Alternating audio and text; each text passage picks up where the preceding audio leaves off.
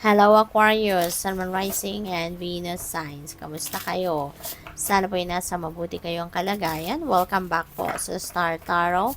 At kung bago kayo dito, welcome din po kayo. Please subscribe, like, share my videos, and leave me a comment kung nakaresonate po kayo. Thank you. So, first message ni Aquarius is integrate your knowing. Okay? Kasi, ano na kayo, person of wisdom kayo. You are a person of wisdom. You've gained a lot of knowledge already in the past. Marami na kayong natutunan. Marami na kayong natutunan sa buhay. Marami na kayong, tawag dito, marami na kayong learnings, no? In life lessons that you have learned in the past. Kaya, siguro sa ngayon it's best if you're going to put that into use, 'di ba? Gamitin mo na yung kung ano ang mga natutunan mo sa buhay in the past. I-practice mo na yan sa sitwasyon mo sa ngayon. I-apply mo na yan sa mga sitwasyon mo sa ngayon. Okay? Limitations inspire innovations. Ayan. So, you're going to be, artistic sa ngayon. You will be more creative sa ngayon, sa buhay.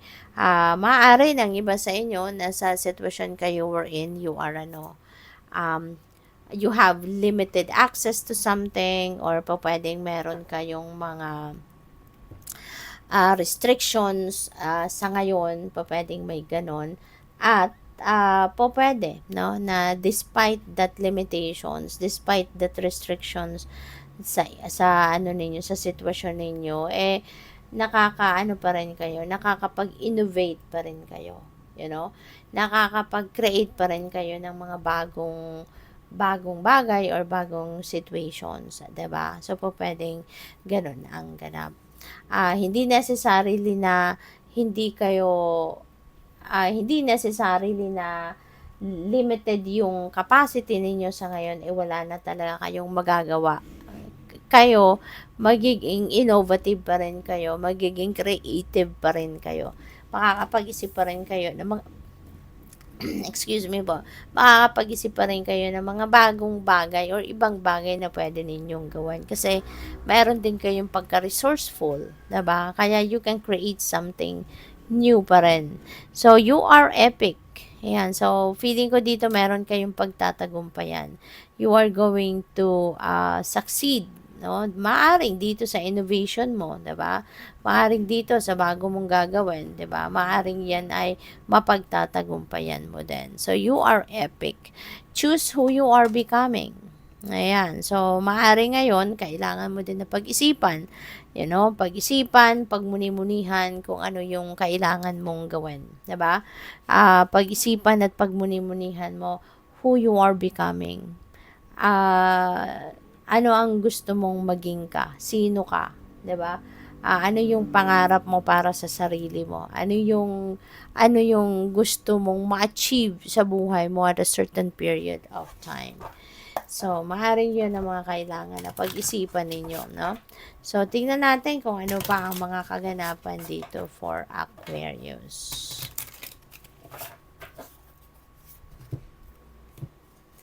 So, we have the King of Wands. Ayan. So, Aquarius, maaari ng iba sa inyo rito is going to be a leader. You are a natural born leader. Meron kang leadership quality in you talaga. Kaya po pwedeng yan ay mararecognize ng mga boss mo ngayon.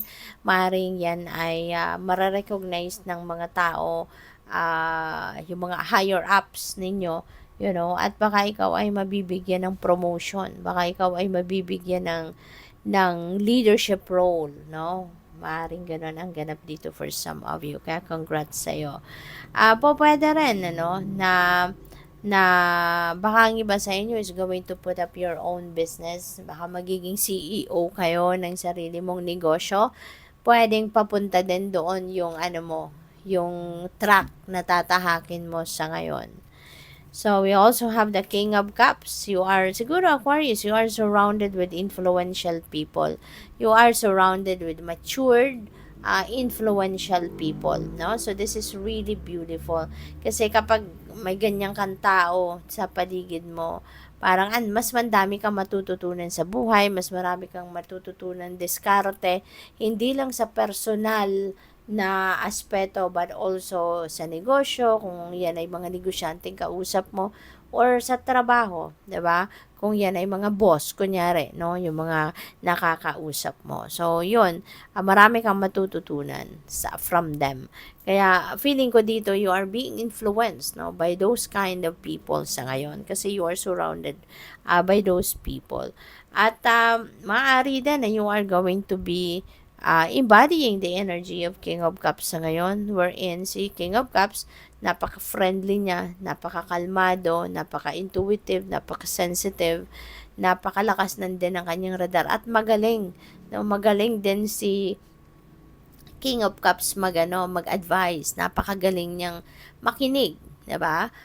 Kung kailangan mo ng taong makikinig sa iyo, si King of Cups ang lalapitan mo, no? At makukuha mo 'yan na na tawag dito, yung very good and compassionate listener siya. So, pwedeng ganun kayo, no? Maaring you're going to embody that energy ni King of Cups sa ngayon at pwedeng magiging ganun kayo sa ngayon. Pwedeng ikaw ngayon yung lapitin ng mga tao sa paligid mo. Someone is going to reach out to you, kailangan ng advice, kailangan ng tulong in any way, shape, or form, diba? Nandiyan ka para sa kanila.